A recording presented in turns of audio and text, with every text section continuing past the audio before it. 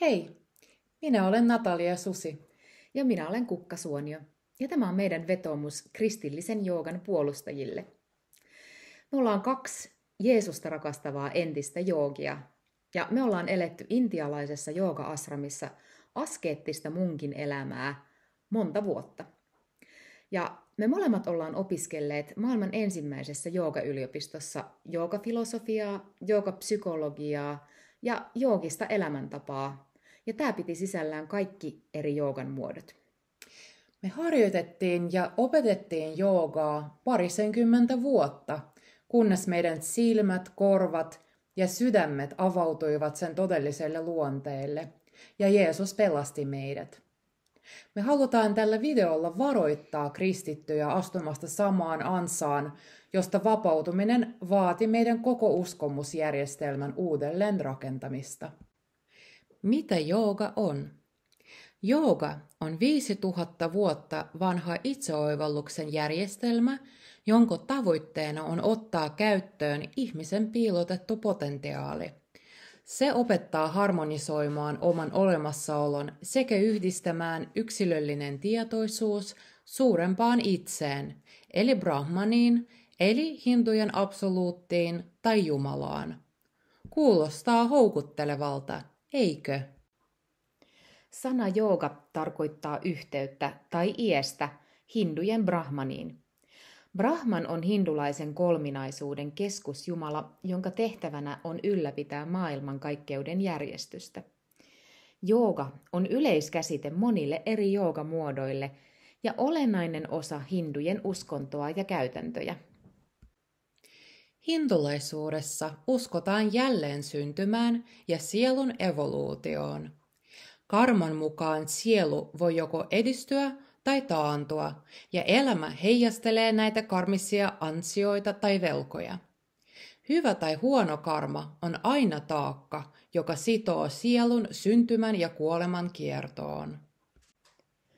Joogaa pidetään prosessina, joka vapauttaa sielun tästä kiertokulusta, lopulta sulauttaen sen Brahmaniin kuin vesipisara mereen. Voiko jooga olla sitten kristillistä? Kristityt harjoittavat usein hatha-joogaa, jossa asennot kuvaavat hindujumaluuksia. Esimerkiksi käsien asennot, eli mudrat, jäljittelevät jumalpatsaiden käden liikkeitä, joiden uskotaan manipuloivan pranaa, maailmankaikkeuden jumalallista voimaa tai hengitystä. Asanat ja mudrat edustavat näiden jumaluuksien ominaisuuksia. Harjoittamalla niitä joogi jäljittelee näiden jumalien olemusta. Kyseessä on kehon kautta tapahtuva palvonta. Hatha-jooga ei tähtää vain fyysiseen hyvinvointiin. Se on osa laajempaa henkistä polkua, joka johtaa meditaatioon ja lopulta käsitykseen, että todellinen minä on jumalallinen, eli Atman. Tavoitteena on irtautua kehosta ja saavuttaa itseoivallus, identiteetin muutos ihmisestä jumalaksi. Monilla joogatunneilla itämaiset termit korvataan länsimaisilla sanoilla, kuten hengitysharjoitus pranayamasta, energiakeskus chakrasta tai keskittyminen meditaatiosta, mikä saattaa hämätä kristittyjä. Jooga ei ole vain venyttelyä. Se on henkinen harjoitus, jonka ydin on hengellinen. Länsimaissa tätä puolta usein piilotellaan, kun joogaa markkinoidaan fyysisenä harjoituksena. Joogan esittäminen liikuntamuotona toimii houkuttimena tuoda ihmiset vakavampien henkisten harjoitteiden pariin. Monet hindumestarit ovat loukkaantuneita siitä, että joogaa opetetaan lännessä ilman sen henkistä ydintä. Jooga ei alun perin ollut kaikille tarkoitettu. Se oli esoteerinen, gurun ohjauksessa harjoitettava menetelmä, jonka voimia pidettiin vaarallisina. Tämä liittyy erityisesti kundaliini-energian herättämiseen, jota symboloi käärme. Kundaliini on oletettu energia, joka on käärmeen muodossa kierretty selkärangan juureen. Sen nostaminen 7 näkymättömän chakran läpi väitetysti vie harjoittajan uusille tietoisuuden tasoille. Kundaliinin herääminen voi aiheuttaa vakavia mielenterveysongelmia ja jopa itsemurhariskin. Meitäkin varoitettiin tästä heti joogapolkumme alussa.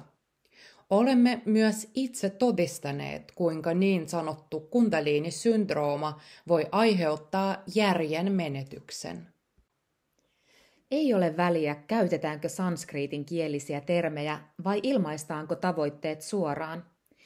Jooga on okkulttinen harjoituskokonaisuus, joka lännessä on liitetty nuoruuteen, terveyteen, kauneuteen ja rauhaan myyntikelpoisena pakettina.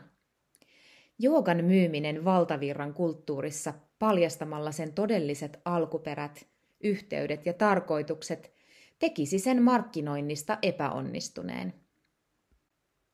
Kristillisessä joogassa käytettävän hatha-joogan luonteesta kertoo paljon jo pelkästään se, mitä sana hatha tarkoittaa. Ha tarkoittaa aurinkoa ja tha tarkoittaa kuuta. Tämä symboloi maskuliinisten ja feminiinisten voimien tasapainoa ihmisessä. Ei kristillistä opetusta, vaan esoteerista symboliikkaa. Asanoilla on 2 pääasiallista tavoitetta.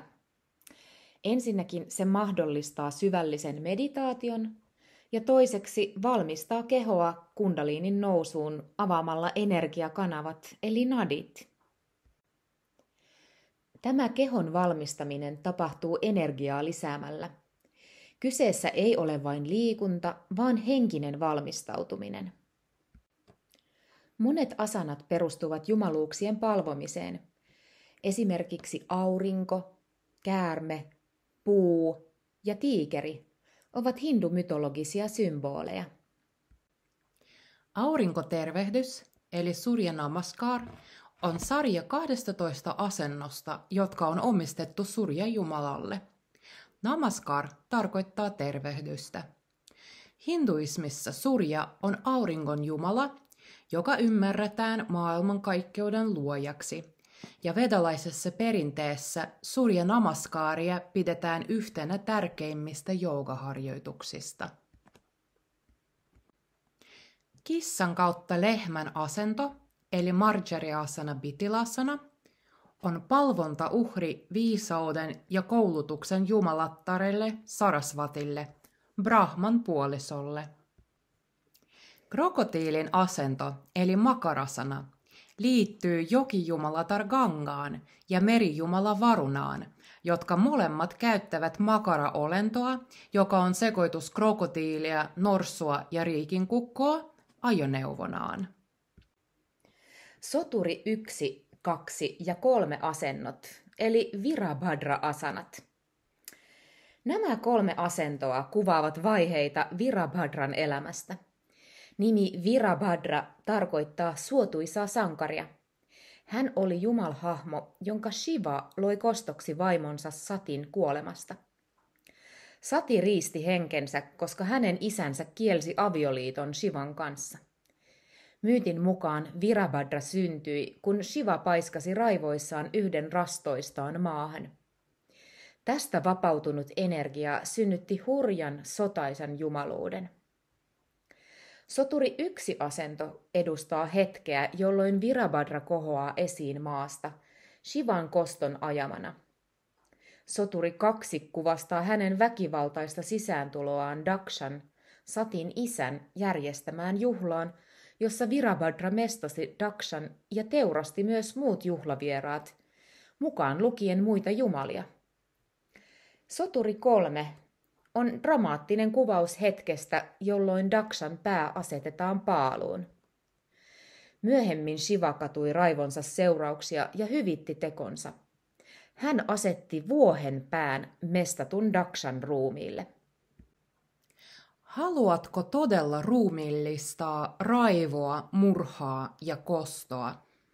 Harjoittaessasi näitä asentoja osallistut niiden hengelliseen merkitykseen. Puuasento, eli Vrikshasana, liitetään usein omistautumiseen Jumalatar Sitalle, joka on suojelija Jumala Vishnun inkarnaation Raman puoliso. Asennossa joogan harjoittajia kannustetaan kuvittelemaan itsensä sekä puuksi että sitä jumalattareksi. Toisinaan puuasento tunnetaan myös nimellä Bhagirathasana, intialaisen keisarin ja joogi Bhagiratin mukaan. Legendan mukaan hän seisoi yhdellä jalalla pitkään katumusharjoituksena saadakseen Shivan sallimaan Gangesjoen laskeutumisen taivaasta maan päälle. Riippumatta siitä, mihin tarinaan uskoo, puuasento kuvastaa voimaa, päättäväisyyttä ja sinnikkyyttä, kun hindujumaluuksilta pyydetään yliluonnollista apua. Kuten aiemmin todettiin, vakavasti joogaa harjoittavien mielestä asanat ovat kutsuja niihin liittyville jumalille. Palvonnan asentoja, joissa toivotaan hindujumalien ilmestyvän yliluonnollisesti sydämeen ja elämään. Vaikka monet etsivät henkistä syvyyttä, todellisuudessa kyseessä voi olla demoninen petos ja riivaus. Nämä ovat epäjumalia ja apostoli Paavali varoitti selvästi kaikesta, mikä liittyy epäjumalan palvelukseen. Joogan teoriaa ja käytäntöä pitkään tutkinut David Fetcho toteaa, ettei fyysistä joogaa voida klassisten määritelmien mukaan erottaa sen itämaisesta uskonnollisesta taustasta. Länsimainen harjoittaja, joka yrittää näin tehdä, toimii tietämättömyydessä ja vaarassa niin joogin kuin kristitynkin näkökulmasta. Asana on voimakas harjoitus ja kuten olemme nähneet, se voi olla portti joogan syvällisempiin opetuksiin. On harhaan johtavaa väittää, ettei jooga ole uskonto. Hatha-joogassa rukous tai pyhä kirja eivät ehkä ole näkyvillä, mutta harjoituksella on uskonnollinen perusta, kuten monissa idän uskonnoissa, jotka koostuvat tekniikoista ja rituaaleista. Hatha-joogan alkuperä, termit ja tarkoitus ovat syvästi sidoksissa muinaisiin uskomuksiin. Nimeä tai muotoa muuttamalla ei voida muuttaa sen henkistä vaikutusta. Johtopäätöksemme on, että kristillinen jooga on ristiriita itsessään. Jotta jooga voisi olla kristitylle sopiva, siitä tulisi poistaa kaikki asanat ja hengitystekniikat, jolloin jäljelle jäisi vain nimi, joka sekin on ongelmallinen. Pelkkä ehtojen muuttaminen ei muuta itse joogaa. Samoin kuin ei ole kristillistä spiritismiä tai astrologiaa, ei ole myöskään kristillistä joogaa. On epärehellistä ja epäkunnioittavaa teeskennellä, että jooga olisi vain fyysistä harjoittelua. Myös sen markkinointi tällaisena on harhaanjohtavaa. Jos taas kristillisen joogan tarkoituksena on tunnustaa joogan henkinen puoli ja sen kautta tavoittaa yhteys Jumalaan, johtaa sekin harhaan. Tällöin harjoittaja tulee tosiasiassa rinnastaneeksi hindulaisuuden jumalat kristinuskon kolmiyhteiseen Jumalaan, ikään kuin he olisivat yksi ja sama olento. Vetoomuksemme sinulle. Kaikki tällä videolla mainitut epäjumalat ja jumalattaret ovat erottamaton osa joogakokemusta, riippumatta siitä, tunnustatko ne vai et. Joogassa on hengellinen yhteys demonihenkiin, jotka esiintyvät jumalina, vaikka niitä ei itse palvoisikaan. Haluatko todella altistaa itsesi tai seurakuntasi tällaisille vaikutuksille? Haluatko, että pimeät henkivallat pääsevät sydämeesi ja vaikuttavat elämääsi? Vaikka joogaharjoitusten on tarkoitus pienentää egoa, tutkimusten mukaan joogaharjoittajat kuitenkin tulevat kehittäneeksi henkistä narsismia ja itsekeskeisyyttä. Apostolien teoissa 15:29 varoitetaan: karttakaa epäjumalille tarjottavaa. Tämä koskee myös joogaa. Uskallatko tietoisesti altistaa seurakuntalaisesi joogalle, vaikka tiedät sen riskit? Jopa monet gurut ja swamit varoittavat, että ilman asianmukaista valmistautumista kundalinin herättäminen voi johtaa vakaviin mielenterveysongelmiin ja pimeiden okkultististen voimien vapautumiseen. Jo tämä yksin riittää osoittamaan, että kyse on petollisesta ja vaarallisesta kokemuksesta. Monet, jotka tavoittelevat tätä henkistä ulottuvuutta, eivät ymmärrä altistuvansa demonisille vaikutuksille. Sanomme siis suoraan. Jooga ei ole Jumalasta, eikä se johda hänen luokseen. Jeesus sanoo, minä olen tie, totuus ja elämä. Ei kukaan tule Isän luo muuten kuin minun kauttani.